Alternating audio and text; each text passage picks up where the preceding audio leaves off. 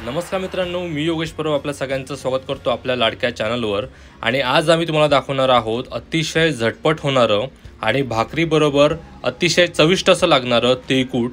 तेव्हा हे तिळकूट कसं करायचं यासाठी आमचा व्हिडिओ शेवटपर्यंत नक्की बघा। व्हिडिओ आवडला तर व्हिडिओला नक्की लाईक करा आणि चॅनलला सबस्क्राईब करायला विसरू नका।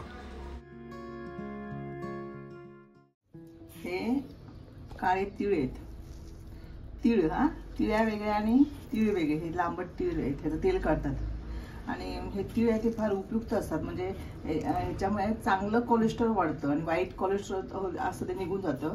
नंतर आपले केस सुद्धा चांगले काळेभोर राहतात ह्याच्यामुळे, आणि ते शरीराला खूप चांगलं असतं। ह्याचं तेल सुद्धा आपण वापरतो जेवणामध्ये, ज्यांचे हातपाय दुखतात त्याला मॉलिश वगैरे करण्यासाठी ह्या तिळाचा तेलाचा वापर केला जातो। तर असे काळे तीळ आहेत ना, त्याचं मी तिळकूट करणार आहे। म्हणजे पूर्वी लोक ना 50-60 वर्षापूर्वी तेव्हा काय भाजीचे प्रकार नव्हते, मग भाकरीवर खाण्यासाठी हे तीळ शेतात पिकवायचे आणि मग थोडं तेल काढून घ्यायचे आणि बाकीचं तिळाचं हे तिळकूट करायचे। म्हणजे हे तीळ आहे ते भाजायचे, त्याच्यामध्ये लसूण घालायची आणि त्या सुकं खोबरं नाही तर तीळ लसूण आणि नुसतं मसाला, म्हणजे मिरची असते त्या मिरची घालून ते व्हाईने असं त्या व्हायनात कुटलं जायचं। मग आता कुठे व्हाई नाही, पण मी मिक्सरमध्ये तुम्हाला लावून तिळकूट करून दाखवणार आहे आणि ते तिळकूट भाकरीवर छान लागतं। आता हे मी ते भाजलेले शेंगदाणे घेतलेत, हे शेंगदाणे थोडे घालणार आहे चवीसाठी। पण नुसतं सुद्धा या तिळाचं तीळ आणि मीठ मसाला आणि आपण ही लसूण घातली तर त्याचं तिळकूट छान होतं। तर पहिल्यांदा तर हे तीळ काय करणार आहे, मी निवडून चांगले भाजून घेणार आहे। कढईमध्ये चांगले थोडेसे भाजायचे, फटफट थोडासा म्हणजे परतून घ्यायचे आणि नंतर त्याचं तिळकूट करायचे।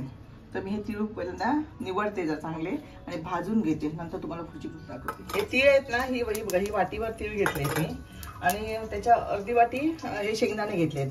शेंगदाणे तुम्हाला आवडत असलेलं सुका खोबरा सुद्धा थोडंसं, जास्त नाही, अर्धी वाटी सुक्या खोबऱ्याची अर्धी वाटी घातली तरी चालते। आणि लसणीच्या 10-12 पाकळ्या आहे बघा।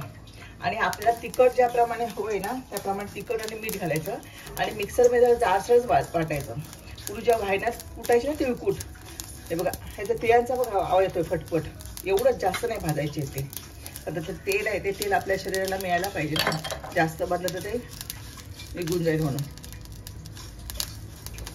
आता मी गॅस बंद करते आणि तीळ असे परतत राहते की कढई गरम आहे त्याने थोडीशी आणखी भाजतील।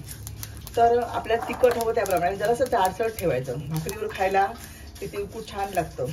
आता हे रेडीमेड बाजारात मिळतं तिळकूट, म्हणजे जसं लसूण आणि चटणी मिळते ना त्याप्रमाणे तिळकूट सुद्धा मिळतं। पण आपण घरात केलं तर आपल्याला काय होतं, चांगलं आपलं तीळ वगैरे स्वच्छ निवडून आपण घरात करू शकतो।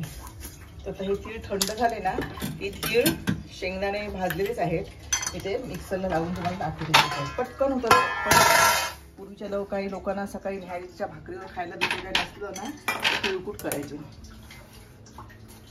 हे तीळ बघा हे लांबट आहेत आणि तिळ्या असतात ना छोट्या असतात चपट्या, आणि हे लांबट तीळ हे शेतामध्ये पिकवलं जातं। जी पिवळी फुलं येतात आणि त्या फुलापासून पिवळ्या फुलांपासून नंतर मग अशी तीळ बनतात। हे बघा तीळ हे भाजून घेतले, थंड आलेत, पण हे आपण सगळे शेवटी घालायचे। तर पहिल्यांदा हे बघा मी अर्धी वाटी शेंगदाणे घेतला, तर शेंगदाणे घालते, लसणीच्या 10-12 पाकळ्या आणि आपल्याला चवीनुसार जसं हवं त्याप्रमाणे तिखट, हे मी 1.5 चमचा तिखट घेतलं हे, आणि चवीपुरतं मीठ हे एवढंच लावून घ्यायचं आधी। आणि हे जरा थोडं बारीक झालं ना की नंतर मग आपण त्याच्यामध्ये तीळ टाकायचे। तर हे एवढं मी मिक्सरला पहिल्यांदा लावून घेते।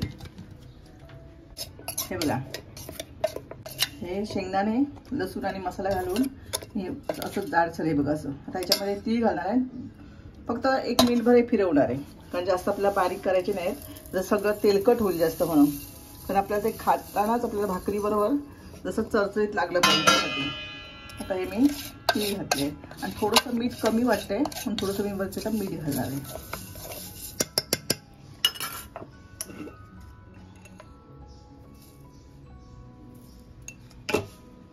आता मी हे मिक्सरला बारीक करून घेते। हे बघा असं जाडसर वाटायचंय। आपण हे व्हायनात जेव्हा कुटायचे ना किंवा खलबत्ता असतो ना, लोखंडी किंवा दगडाचा पण खलते असं कुठं तसं जाडसरच येणार आहे। मी जास्त मिक्सरला फिरवलं नाही। आता हे सगळं लसूण चांगला, लसूणचा पण चांगला सुवास येतोय शेंगदाणे लसूणचा, आणि मीठ पण व्यवस्थित लागलं। आता हे भरून ठेवायचं आणि आपला कधी भाकरीवर समजा एकच पालेभाजी असेल तर त्यावेळेला आपलं हे भाकरीवर खायला चांगलं लागेल। चपातीबरोबर चांगलं लागतं, पण भाकरीबरोबर सगळ्यात चांगलं लागतं. तर अशा प्रकारे आपण हे बरणीत सगळं भरून ठेवायचंय आणि बाहेर ते खराब होणार नाही का. आपण तीळ आणि शेंगदाणे सगळं भाजून बाकी ओलं सामान काहीच वापरलेलं नाही, त्यामुळे हे आपण अगदी 15-20 दिवस सहज आपण हे म्हणजे खाण्यासाठी वापरू शकतो. आता मी एका डब्यामध्ये भरून ठेवते. तर मित्रांनो, पूर्वीच्या काळी घरोघरी बनवलं जाणारं तिळकूट हे सध्या विस्मरणात गेलेलं आहे. पूर्वीच्या काळात लोक जेव्हा शेतावर कामाला जायची तेव्हा भाकरी बरोबर तिळकूट घेऊन जायची. तर अशा प्रकारे हे तिळकूट तुम्ही नक्की करून बघा. ते कसं झालं हे आम्हाला नक्की कळवा. व्हिडिओ आवडला असेल तर व्हिडिओला नक्की लाईक करा. हा व्हिडिओ तुमच्या मित्रपरिवाराबरोबर जास्तीत जास्त शेअर पण करा. धन्यवाद.